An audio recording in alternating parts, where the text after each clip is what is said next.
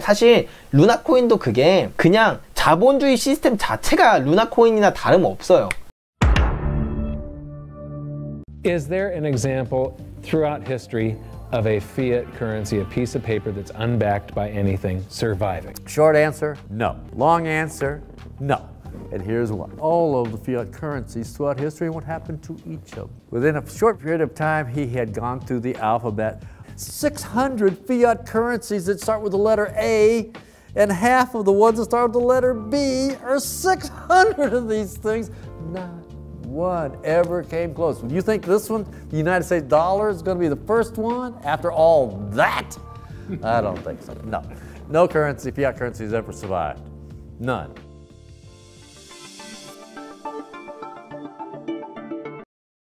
제가 또 말씀드렸던 것처럼 사실 루나코인 정말 큰 이슈지만, 그 문제가 정말 큰 문제지만, 그냥 루나코인이 되게 단기간 내에 너무 빨리 벌어져서 그렇지, 사실 이거를 이제 보통 한 40에서 50년으로 두고 보면 루나코인의 반복이에요, 이 화폐의 역사는. 그래서 이 스테이블 코인 잠깐 얘기를 드리면, 자, 스테이블 코인을 보면 이 화폐의 역사랑 정확히 똑같아요. 처음에는 담보 자산을 갖게 됩니다. 왜냐면 이 스테이블 코인을 안정화하기 위해서요, 담보가 있는 코인, 그래서 비율을 뭐 보통 1대1로 하죠. 그래야 정확한 이 코인의 담보가 지켜지니까. 근데 이러다 보면은 이제 어느 임계점에서 무담보로 가게 돼요. 무담보 코인이 되는 때가 옵니다. 그리고 이제 이 시기가 지나면 디지털 쪼가리가 되잖아요. 근데 사실 이게 그냥 우리 인류 역사에 있었던 모든 화폐가 다 이 과정을 거쳐요. 옛날에 금을 돈으로 쓸 때도 어땠냐면요, 그러니까 그 종이화폐가 없을 때도요, 종이화폐가 아예 없을 때도 금을 돈으로 쓰다가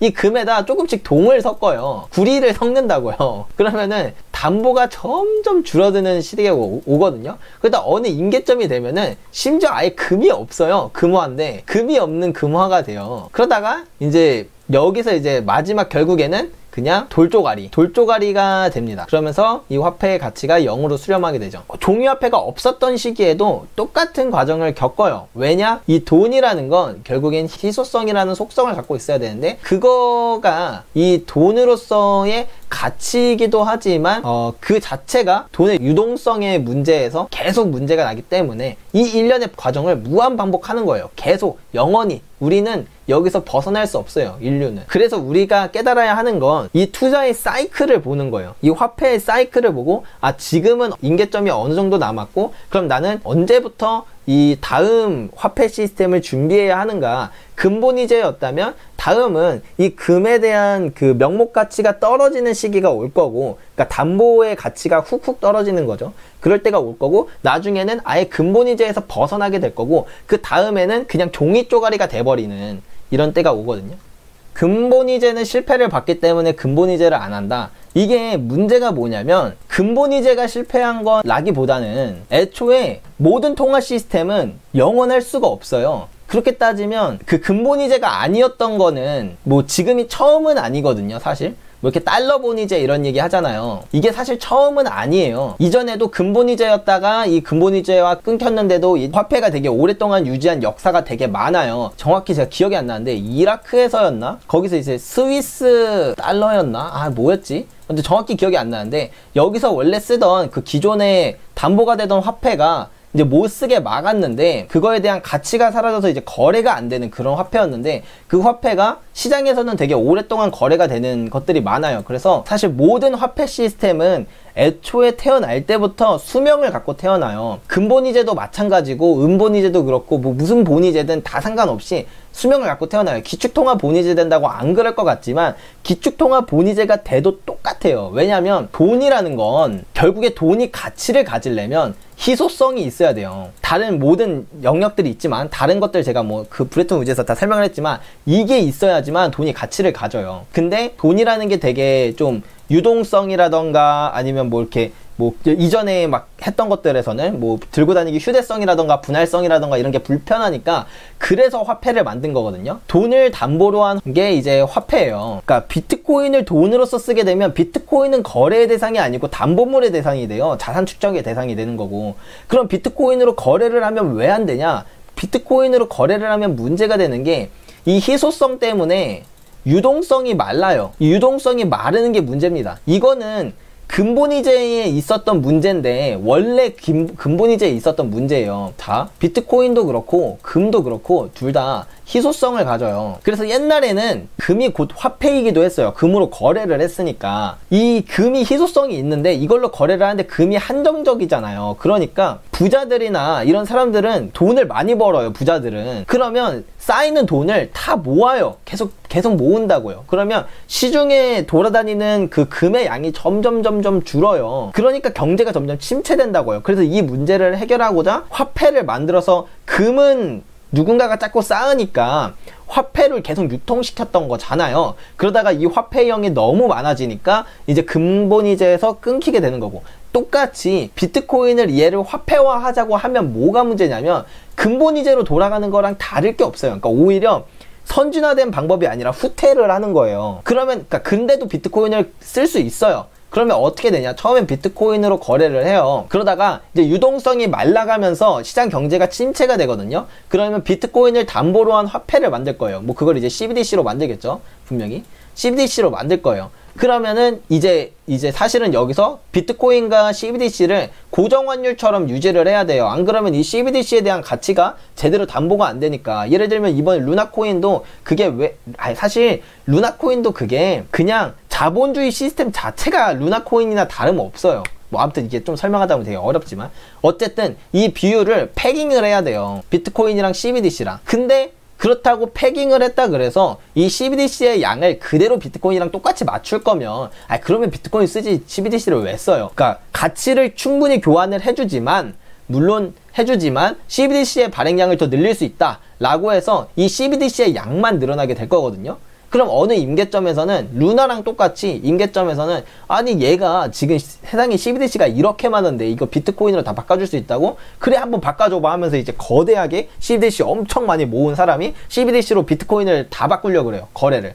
이거 패깅이 유지가 안 되거든요. 이렇게 해서 날아간 게 뭐였어요? 그 영란은행 파운드와 소로스가 공격해서 날아갔던 거 그거 아니에요. 똑같아요. 그러니까 근데 이게 이 비트코인이 문제가 아니라 그냥 이 화폐 시스템 자체가 문제예요. 근본이제도 똑같이 이전에 그렇게 해주다가 금이랑 달러랑 교환을 해주다가 달러가 너무 많아지니까 세계 뭐 이제 막 중앙은행들이 다 나서가지고 막 우리 금 내놔라 달러 다 줄 테니까 하니까 어느 임계점에서 우리 금 못 바꿔준다. 패깅 끊기잖아요. 그래서 금값 막 26배 상승하고 똑같은 겁니다. 똑같아요. 그리고 이제 가끔 가다가 여러분들께 꼭 말씀드리고 싶었던 게 하나 있었는데, 이제 가끔 이제 음모론 하시는 분들 중에, 근데 제가 음모론을 나쁘다 생각하는 건 아닙니다. 음모론 중에서도 일리가 있는 게 많이 있어요. 그런 것들은 되게 괜찮은데 이제 그런 게 있어요. 세상에 돈이 너무 많고 부채가 너무 많다. 이거를 이제 해결하기 위해서 비트코인이 그래서 나온 거다. 여기에 사람들이 돈을 쫙 넣어서 비트코인을 이만큼 만든 다음에 이것들을 이제 속어시켜서 이렇게 부채랑 돈을 없애려고 한다 라는 이런 내용이거든요. 혹시 들어보신 분, 이런 내용 들어보신 분, 이게 언뜻 들으면 진짜 그럴듯해요. 왜냐면 비트코인이라는 게 어느 날 갑자기 쑥 나오기도 했고, 이렇게 해서 딱 이게 막 지금 시총이 막 거의 이제 금을 이제 뭐 제치냐 마냐, 물론 차이 많이 나긴 합니다. 근데 뭐 금을 제치냐 마냐 하면서 막 뭐 엄청나게 큰 시장이 되었는데, 이거를 이제 한 방에 싹 잘라버리면은 이제 한 방에 그 돈들이 다 증발하면서 모든 부채 문제가 해결되지 않을까. 은근슬쩍 들어보면 그럴듯한데 이게 왜 말이 안 되는 말이냐면, 이게 화폐 시스템을 한번 이해해 봐야 돼요. 우리가 그 디레버리징 2.0을 보셨다면 여러분들은 깨달으셨을 거예요. 돈은 곧 빚이다. 그러면 빚이 늘어나야 돈이 만들어지는 거거든요. 이 순서예요. 빚이 먼저예요. 근데 그러면 돈을 없애고자 한다면 빚을 없애야 돼요. 빚을 없애는 방법은 아까 전에 말씀드렸다시피 상환을 하던가 뭐 그런 식으로 가야 되거든요. 사실 파산도 빚을 정확히 없애는 건 아니에요. 빚을 다른 그 신용이 큰 기관이나 그런 데한테 전가를 시켜버리는 거지. 그러니까 돈을 없애려면 빚을 없애야 돼요. 자, 근데 이 비트코인에 돈을 박아서 비트코인을 없앤다고 그 돈들이 사라질까? 아닙니다. 자, 우리가 이렇게 한번 생각을 해볼게요. 여기 이제 양베리가 있어요. 그리고 여기 닉네임 중에 하겠습니다. 여기 파스쿠찌 님이 계시고 드라이브 유로 님이 계십니다. 근데 어떤 수집가가 와가지고 야, 내가 개쩌는 거 발견했다? 이게 이렇게 하는데, 이거 이런 뭐 항아리인데 이거 막 무슨 뭐 청동기에 있었던 항아리야. 야, 이거 개쩔어. 이거 살래? 야, 내가 100만 원에 팔게. 그래서 양베리가 혹해가지고 100만 원을 줬어요. 이 사람이 이제 100만 원을 가졌겠죠? 이렇게 제가 항아리를 받아왔어요. 그러고 나서 이제 파스쿠치님한테 꼬드겨요. 파스쿠치님, 이거 항아리가 청동기라는데 이거 제가 100만 원에 샀지만 제가 볼 때 이거 1억 원 갑니다. 1억 원에 사주세요. 그래서 1억 원에 갔어요. 그럼 파스쿠치님은 저한테 이제 1억 원을 주신 거죠. 1억. 그리고 이 파스쿠찌님이 이제 드라이브님한테 파는 거예요. 이거 10억 간다. 이거 진짜야. 이렇게 해가지고 팔았어요. 그래가지고 이제 드라이브님은 10억을 주셨어요. 근데 여기서 누가 와가지고 이 항아리를 깨버렸어요. 그러면은 이 시장에서 돈이 사라졌나요? 돈은 제 돈이 100만 원으로 일로 이동했고 1억 원이 일로 이동했고 100억 원이 일로 이동해서 101억 100만 원 101억 100만 원이 이 시장에는 그대로 있어요. 사라진 건 이거밖에 없어요. 그러면 비트코인도 이게 계속 전달되면서 돈이 이렇게 저렇게 오갈 뿐이지 지금 갑자기 비트코인이 없어진다 그래서 그 돈이 사라지냐? 아니에요. 이미 그 내가 지불한 돈은 누군가에게 갔어요. 내가 갖고 있는 건 그저 비트코인이지 돈을 갖고 있는 게 아니에요. 얘네들이 돈을 머금고 있는 항아리가 아니라는 거예요. 그 항아리 안에 돈을 넣어둔 게 아니라 항아리가 깨진 거라. 그래서 비트코인을 지금 없앤다 그래서 세상에 있는 부채가 사라지거나 돈이 사라지는 게 절대 아니라는 거예요. 아무튼 그 음모론을 누군가가 제시한다면 그냥 이제 그냥 피식하고 웃어 넘기시면 됩니다.